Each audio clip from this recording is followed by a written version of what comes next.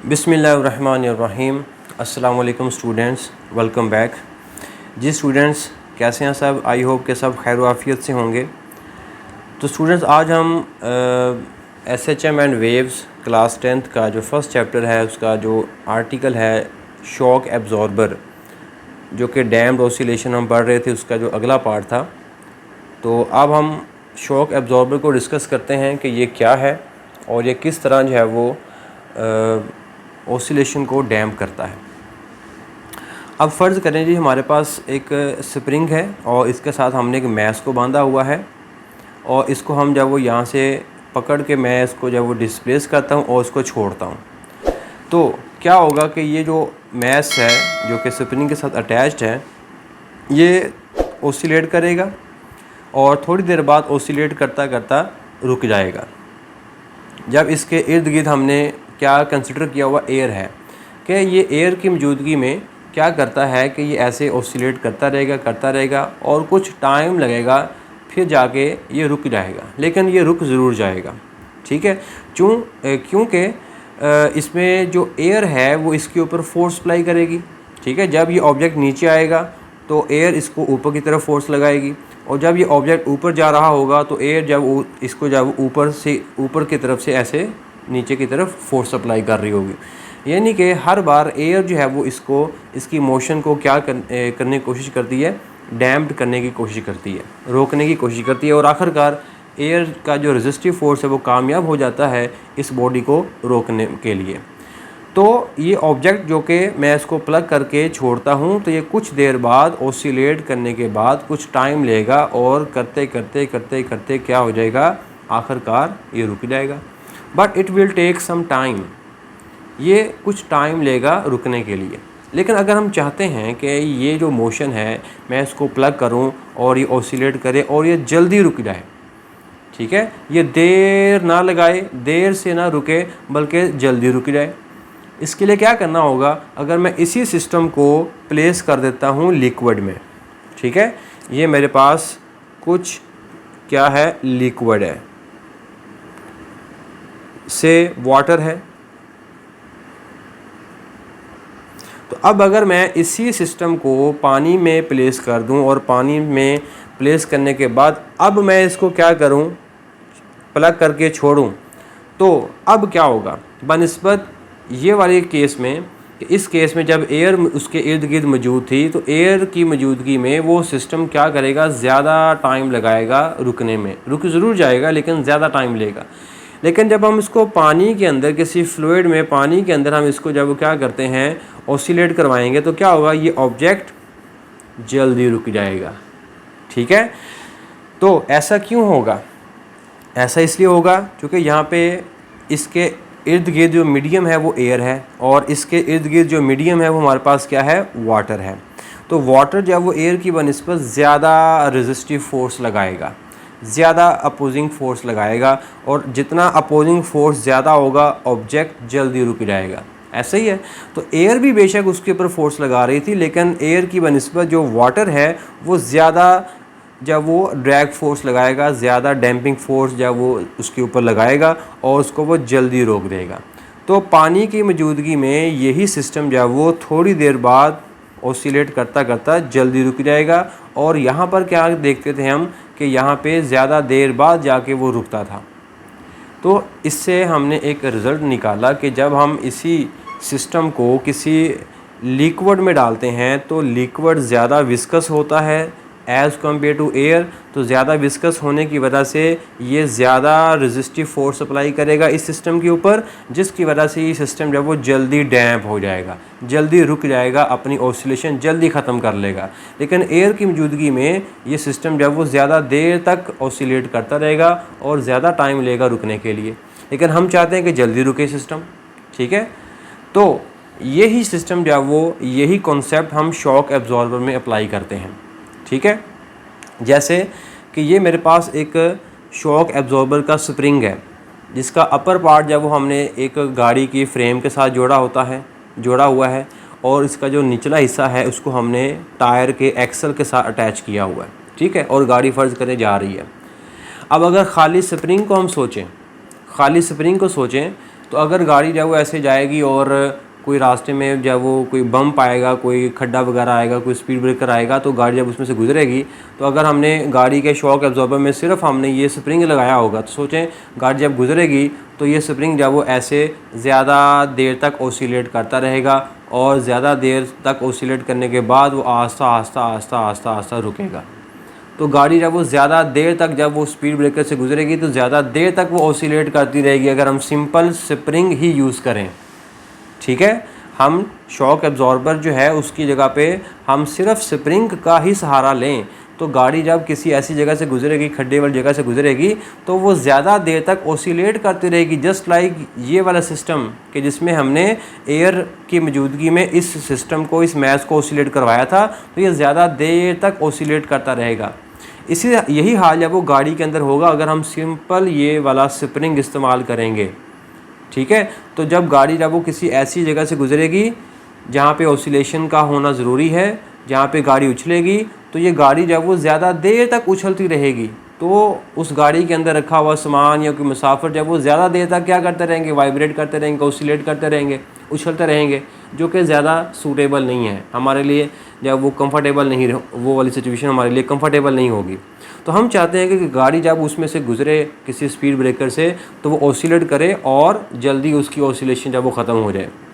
तो फिर हम क्या करेंगे, इसी सिस्टम को हम इस तरह के एक सेटअप में रखेंगे और वो मैंने यहाँ पे बना कर रखा हुआ है। ठीक है, कि ये गाड़ी का वही अगला वो जो ऊपर वाला हिस्सा है जो फ्रेम के साथ अटैच्ड है और ये वाला जो है वो उसके एक्सल के साथ अटैच है। तो पहले हमने स्प्रिंग सिस्टम अकेला यूज़ किया था जो कि हमारे लिए सूटेबल नहीं था, कंफर्टेबल नहीं था। फिर हमने क्या सोचा कि इसी स्प्रिंग के साथ हम क्या करें, एक अदद ये इस तरह कोई लिक्विड हम यूज़ कर लें। ये जो हम लिक्विड यूज़ करते हैं ना, जो कि इसकी मोशन को जल्दी डैम्प कर देता है, इस लिक्विड को हम बोलते हैं बेटा डैम्पर। क्या नाम देंगे इसको, हम बोलते हैं डैम्पर।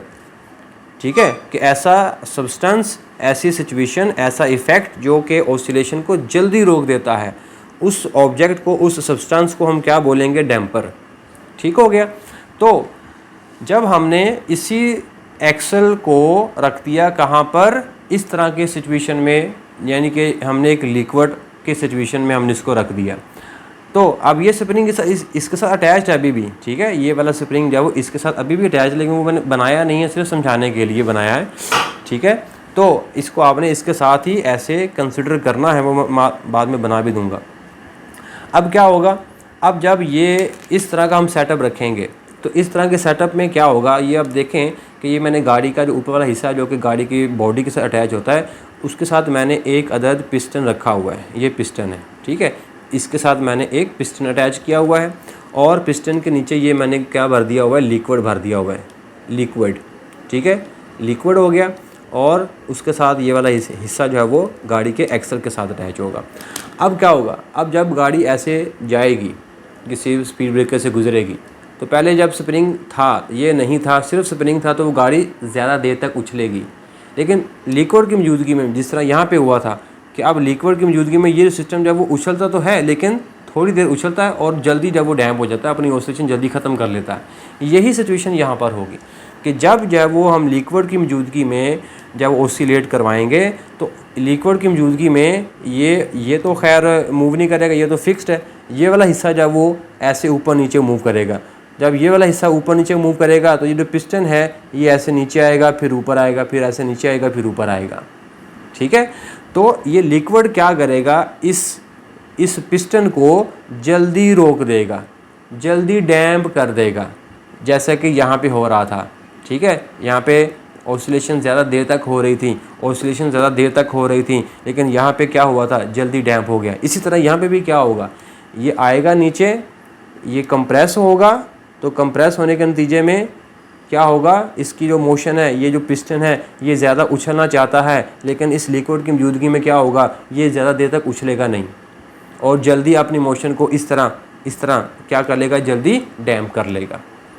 अच्छा, यहाँ पे एक सवाल पैदा होता है कि सर अगर यहाँ पे ये जब पिस्टन नीचे आएगा और यहाँ पे लिक्विड तो जब वो कंप्रेसिबल नहीं है, ये तो इनकम्प्रेसिबल है, तो अगर ये नीचे ऐसे दबेगा, ये पिस्टन ऐसे नीचे आएगा, तो ये तो लिक्विड इसको नीचे नहीं आने देगा, ठीक है। तो ये तो कंप्रेसिबल नहीं है। तो इसके लिए क्या होगा कि यहाँ पर पिस्टन के ऊपर यहाँ पे होल होता है, वॉल्व होती है कि जब ये पिस्टन ऐसे नीचे आएगा तो इसमें से कुछ लिक्विड जो है वो ऐसे ऊपर मूव कर जाएगा, इस वॉल में से इस वाले हिस्से में आ जाएगा, इस तरह इस वाले हिस्से में आ जाएगा, ठीक है। चूँकि ये लिक्विड कंप्रेसिबल नहीं है तो ये कंप्रेस नहीं होगा। ये पिस्टन जो है वो इस लिक्विड को कंप्रेस करना चाहता है। तो अगर ये वाले वॉल्व हम यहाँ पे ना रखें, ये जो वॉल्व है ये हम यहाँ पे ना रखें, ये तो पिस्टन नीचे आ ही नहीं पाएगा। तो हम पिस्टन को नीचे लाना भी चाहते हैं, ऑसिलेट करवाना भी चाहते हैं और जल्दी भी रोकना चाहते हैं। तो इसके लिए हम क्या करेंगे, इस लिक्विड को एक रास्ता प्रोवाइड करेंगे ताकि जब ये पिस्टन ऐसे नीचे आएगा तो लिक्विड जब वो इस तरह इस होल में से, इस सुराखों में से होता हुआ ऐसे ऊपर चला जाएगा और इस पोर्शन में आ जाएगा, ये वाले पोर्शन में आ जाएगा, ठीक है ना। इस पोर्शन में आ जाएगा ये वाला लिक्विड, यूँ इस तरह आ जाएगा, ठीक है। तो इस तरह ये जो पिस्टन है ये ऐसे दबेगा और ये जब दबेगा तो ये ऐसे ऐसे आस्ता आस्ता नीचे आएगा। पहले क्या था, ये जल्दी ऐसे नीचे आता था, जल्दी ऊपर, जल्दी नीचे, जल्दी ऊपर, जल्दी नीचे, जल्दी ऊपर। तो ऑसिलेशन जब वो ज़्यादा तेज़ फास्ट हो रही थी।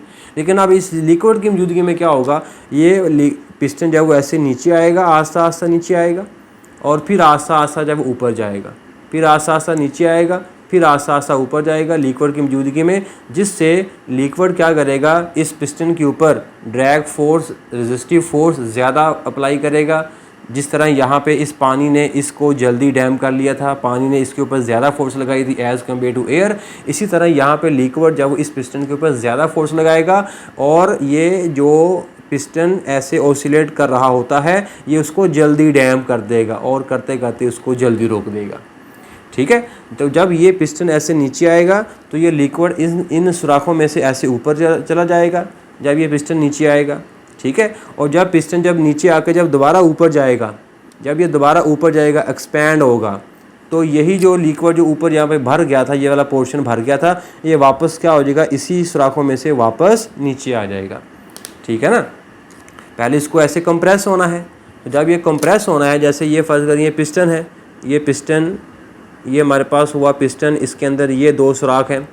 तो जब ये पिस्टन जब वो ऐसे यहाँ पर, ये जब ऐसे नीचे आएगा, ये फ़र्ज़ करें यहाँ पर आ गया, ठीक है।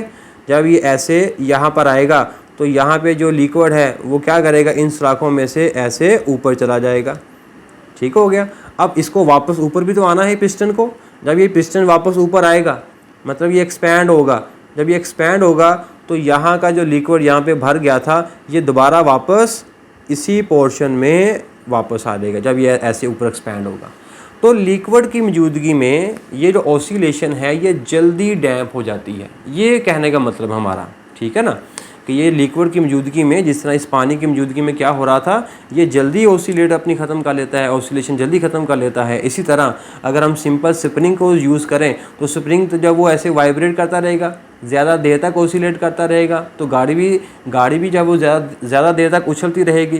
तो हम चाहते हैं गाड़ी जब वो डैम्प हो जाए, उसकी जो ऑसिलेशन है वो जल्दी ख़त्म हो जाए। तो जल्दी ख़त्म करने के लिए फिर हम इस तरह का सेटअप करेंगे इस शॉक एब्जॉर्बर के अंदर। तो वो लिक्विड हम यूज़ करते हैं, ठीक है। यहाँ पे स्प्रिंग ऐसे दबता है, यहाँ पे ये जो पिस्टन है ये ऐसे दबता है, ऐसे कंप्रेस होता है, फिर ऐसे एक्सपैंड होता है, कंप्रेस होता है, एक्सपैंड होता है in the presence of some liquid. तो इस तरह ये लिक्विड जो है वो क्या करता है, इसकी मोशन को क्या कर देता है, डैम कर देता है, ठीक है। अगर मैं यहाँ पे स्प्रिंग भी अगर मैं बनाना चाहूँ, ये मेरे पास स्प्रिंग है, ठीक है, ये वाला स्प्रिंग ऊपर लगा हुआ है और स्प्रिंग ने ऐसे दबना है, फिर ऊपर उठना है, फिर दबना है, फिर ऊपर उठना है, फिर कंप्रेस होना है, एक्सपैंड होना है, कंप्रेस होना है, एक्सपैंड होना है। लेकिन लिक्विड क्या करेगा, उसकी कंप्रेसिंग और एक्सपैंड को जल्दी डैम कर देगा, ठीक है। ये यहाँ पे क्या हो रहा था, यहाँ पे जब वो ऐसे ऐसे ज़्यादा ऑसिलेट हो रही थी और गाड़ी देर बाद जाके स्टेबल होगी, लेकिन इसकी मौजूदगी में, शॉक एब्जॉर्बर की मौजूदगी में क्या होगा, गाड़ी जब वो जल्दी क्या हो जाएगी, स्टेबल हो जाएगी, ठीक हो गया। तो लिक्विड जो है वो उसकी ऑसिलेशन को जब वो क्या कर देता है, डैम कर देता है। अच्छा, अब यहाँ पर जैसे कि हमने डैम्ड ऑसिलेशन में देखा था कि जो मैकेनिकल एनर्जी है वो क्या हो जाती है, हीट एनर्जी में कन्वर्ट हो जाती है। तो यहाँ पर गाड़ी की जो मैकेनिकल एनर्जी है वो इस लिक्विड की हीट एनर्जी में कन्वर्ट हो जाती है। ये अब कैसे होता है? अब देखें, गाड़ी ऐसे उछल रही है, मतलब मोशन में है। अगर मोशन में है तो उसके पास कौन सी एनर्जी है? मैकेनिकल एनर्जी है, ये तो कन्फर्म है। अब जब ये ऐसे दबता है, ऐसे कंप्रेस होता है, ठीक है, ये पिस्टन ऐसे नीचे आता है, जब ये कंप्रेस होता है तो इस लिक्विड को भी क्या कर देता है? वो कंप्रेस करता है। तो जब लिक्विड को कंप्रेस करता है तो लिक्विड के जो मॉलिक्यूल्स हैं उनकी जो मोशन है वो फास्ट हो जाती है। जब लिक्विड कंप्रेस होता है तो इन मॉलिक्यूल्स की जो मोशन है वो क्या हो जाएगी? वो फास्ट हो जाएगी, प्रेशर ज़्यादा क्रिएट हो जाएगा। तो जब प्रेशर ज़्यादा क्रिएट हो जाएगा तो इनकी जो मोशन है मॉलिक्यूल्स की वो फास्ट हो जाएगी, ठीक है, जिसकी वजह से ये मॉलिक्यूल तेज़ी के साथ वो इन सुराखों में से होते हुए इस चैम्बर में आ जाएंगे। तो प्रेशर बढ़ेगा, इनकी मोशन जब वो बढ़ जाएगी, जब मोशन बढ़ जाएगी हम जानते हैं काइनेटिक एनर्जी बढ़ जाएगी। तो काइनेटिक एनर्जी जब बढ़ेगी इन मॉलिक्यूल्स की, तो मॉलिक्यूल्स की यानी कि लिक्विड की काइनेटिक एनर्जी का बढ़ना मतलब टेम्परेचर का बढ़ना, ठीक है ना। 9th क्लास में हमने पढ़ा था कि जो टेम्परेचर होता है वो क्या है? वो काइनेटिक एनर्जी पे डिपेंड करता है। अगर उस सिस्टम के काइनेटिक एनर्जी मॉलिक्यूल्स की काइनेटिक एनर्जी ज़्यादा है तो टेम्परेचर ज़्यादा हो जाएगा, और अगर काइनेटिक एनर्जी कम है तो टेम्परेचर कैसा हो जाएगा बेटा? कम हो जाएगा। और अगर टेम्परेचर बढ़ गया मतलब हीट बढ़ गई, ठीक है। हीट का फार्मूला हम जानते हैं ना कि delta Q is equals to M C delta T. तो अगर टेम्परेचर बढ़ेगा तो जो हीट है वो भी क्या हो जाएगी? बढ़ जाएगी, हीट एनर्जी बढ़ जाएगी। तो जब ये ऐसे कंप्रेस होता है तो कंप्रेस होने से प्रेशर बढ़ता है, उस प्रेशर के बढ़ने से काइनेटिक एनर्जी बढ़ती है, तो काइनेटिक एनर्जी बढ़ने से टेम्परेचर बढ़ता है। तो यूँ इस गाड़ी की जो मैकेनिकल एनर्जी है वो इसकी हीट एनर्जी में कन्वर्ट हो जाती है। Is it clear? The mechanical energy of the vehicle is converted into heat energy of the liquid. यही हमने डैम्ड ऑसिलेशन में आखिरी जो हमारा रिज़ल्ट था वो हमने यही तो बयान किया था कि डैम्ड ऑसिलेशन में मैकेनिकल एनर्जी जो है वो अपने आप को किस में कन्वर्ट कर लेती है? हीट एनर्जी में कन्वर्ट कर लेती है। Law of conservation of energy अभी भी वैलिड है। यहाँ पे सिर्फ क्या हो रहा है? अब एनर्जी अपनी शक्लें चेंज कर रही है। तो मैकेनिकल एनर्जी जो है वो क्या कर रही है? इस लिक्विड की हीट एनर्जी में अपने आप को कन्वर्ट कर रही है। Is it clear? तो यूँ ये शॉक एब्जॉर्बर जो है ये ऑसिलेशन को क्या कर देता है? डैम्प्ड कर देता है। क्लियर? आई होप कि आपको इस आर्टिकल की जब वो बड़े अच्छे से समझ आ गई होगी कि किस तरह जो है शॉक एब्जॉर्बर ऑसिलेशन को रिड्यूस करता है। ये कॉन्सेप्ट अपने माइंड में रखिएगा। ये पहले मैंने इसलिए आपको समझाया था ताकि आपको शॉक एब्जॉर्बर समझने में आसानी हो। पहले हम फ्री ऑसिलेशन करवाते थे इन द प्रेजेंस ऑफ एयर, फिर हम उसको किसी लिक्विड की मौजूदगी में ऑसिलेशन करवाते हैं। ये पहले हमने फ्री ऑसिलेशन करवाई थी स्प्रिंग की मौजूदगी में, फिर हमने इसी स्प्रिंग को क्या कर दिया है? एक लिक्विड में डिप कर दिया, लिक्विड की मौजूदगी में हमने इसको ऑसिलेट करवाया। तो देखा कि लिक्विड की मौजूदगी में वो ऑसिलेशन जल्दी डैम्प हो जाएगा, लेकिन विदाउट लिक्विड वो ऑसिलेशन जब वो ज़्यादा देर तक चलता रहेगा, जिस तरह हमने यहाँ पे देखा। और यहाँ पे क्या देखा कि यहाँ पर पानी की मौजूदगी में वो ऑसिलेशन जब वो जल्दी रुक जाती है। यही शॉक एब्जॉर्बर के अंदर होता है।